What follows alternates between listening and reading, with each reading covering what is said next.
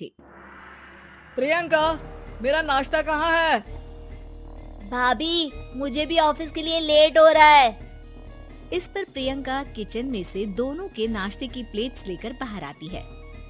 लो भाई, आप दोनों का नाश्ता। किसी को भी 1 मिनट का सब्र नहीं है।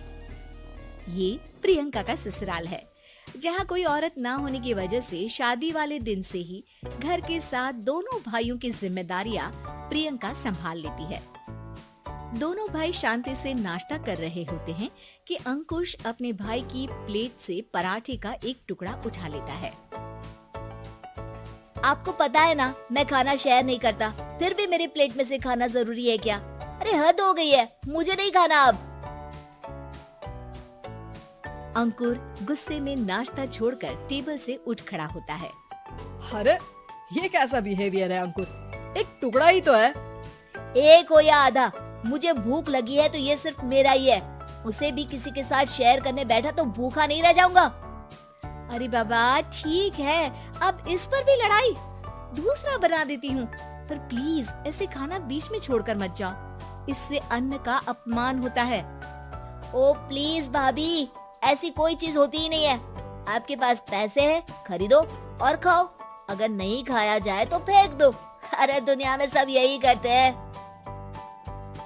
अंकुर बैग उठाकर ऑफिस के लिए चला जाता है, जिसके पीछे उसका बड़ा भाई मायूस सा घर में खड़ा रह जाता है।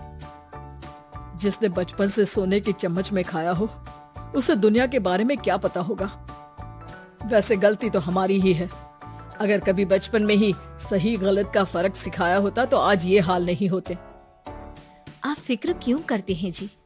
भगवान है, वो जो भी करता है सबकी भलाई के लिए ही करता है, और जब वो चाहेंगे तो अपनी तरह से अंकुर भैया को भी सब कुछ सिखा देंगे। पत्नी की बात पर विश्वास कर अंकुश भी ऑफिस चला जाता है। सुबह से दोपहर होती है और अंकुर लंच करने ऑफिस के पास वाले रेस्टोरेंट में पहुंचता है, जहां वो एक साथ बहुत सारा खाना ऑर्डर कर देता है।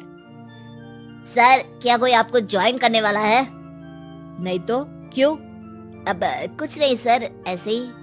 वेटर चला जाता है और कुछ देर में अंकुर का ऑर्डर लेकर वापस आता है, जिस पर अंकुर सब डिशेस में से थोड़ा थोड़ा खाकर बाकी ऐसे ही छोड़कर बिल देकर चला जाता है। वाह भगवान, तेरी माया। कहीं कोई एक एक टुकड़े के लिए तरसता रहता है और ये 5 लोगों का खाना ऑर्डर करके एक का भी पूरा नहीं खाते। पैसे वालों की माया। वेटर टेबल साफ कर बचा हुआ सारा खाना लेकर रेस्टोरेंट के पीछे घूम रहे बच्चों के पास पहुंच जाता है, जिसे देख बच्चों के चेहरे खिल उठते हैं। वाह, आज इतना सारा खाना आया। थैंक यू भैया, भगवान आपको खाने की फैक्ट्री बना दे। अगर ये फैक्ट्री मेरी होती तो तुम लोगों को कभी किसी का झूठा बचा हुआ खाना नहीं खाना पड़ता। चलो तुम लोग खाओ, पर ध्यान रखो किसी को पता ना चले, नहीं तो मेरी नौकरी चली जाएगी। इसी के साथ दिन बीतता है और रात को दोनों भाई एक साथ घर पहुंचते हैं। कुछ देर में सब डिनर करने बैठते हैं, जहां अंकुश अंकुर को समझाने की कोशिश करता है। अंकुर, अगर हमें लाइफ में सब कुछ मिला है, इसका ये मतलब नहीं कि तुम उसका गलत फायदा उठाओ, बल्कि तुम्हें उसकी मदद से दूसरों को भी मदद करनी चाहिए। भैया, जिनके पास नहीं है उनकी वजह मैं तो नहीं ना, और ऐसे बहुत लोग हैं जिनके पास सब कुछ है। इसलिए अगर मैं एक इंसान कुछ नहीं करूँगा तो कोई फर्क नहीं पड़ने वाला। तुम्हारे भैया बस एक चीज समझाना चाहते हैं कि जिस चीज की हमारे पास कमी नहीं है, उसे बर्बाद करने से अच्छा है कि लोगों के साथ शेयर करें।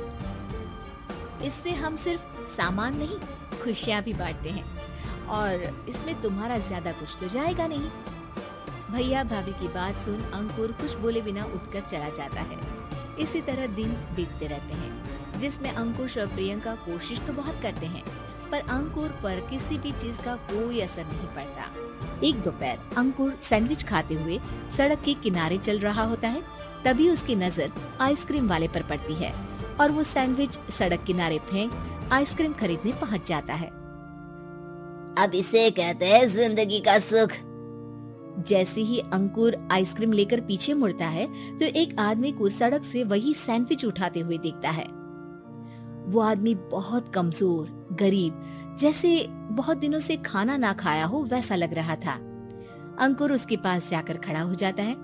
उसे देखकर आदमी सैंडविच अंकुर की तरफ कर देता है।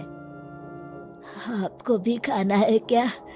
क्या हम इसे आधा आधा कर ले? मुझे बहुत भूख लगी है।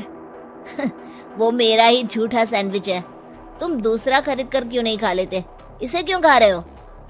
अरे भैया, अगर खरीदने के पैसे होते तो 4 दिन से भूखा नहीं घूम रहा होता। हैं? क्या तुमने 4 दिन से कुछ नहीं खाया, फिर भी इस आधे सैंडविच को मेरे साथ बांटने के लिए तैयार हो गए? क्यों?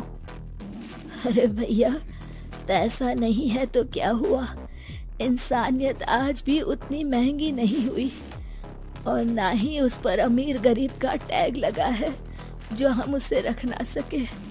पर अफसोस, आजकल लोगों के अंदर पोषण, खून या विटामिन से ज्यादा इंसानियत की कमी होने लगी है। आदमी की बातों से अंकुर को समझ में आ जाता है कि वो आज तक कितना गलत काम करता आ रहा था। इसके बाद से वो अपनी किसी के साथ शेयर नहीं करने और खाने को बर्बाद करने वाली आदत को छोड़ देता है।